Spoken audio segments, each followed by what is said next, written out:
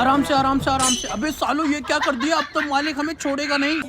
अबे फुल्लू तेरे साथ काम करने में मुझे बहुत मजा आता है। अरे मालिक मैं कारीगर ही इतना अच्छा हूँ। अबे साली ये क्या कर रहा है, तुझे यहाँ से ईंट लाने के लिए किसने बोला? सारा काम खराब कर दिया। हाँ और पीछे और पीछे और पीछे और बस रुक जा सबे साले पूरी दीवार गिरा दी तूने। एक काम ढंग से नहीं होता।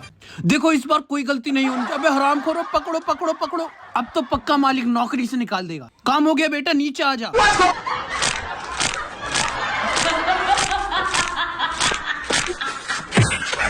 अरे हरामखोर मेरी उंगलियों का तो भरता बन गया। चलो ना पापा, तुम तो फालतू में टेंशन ले रहे हो।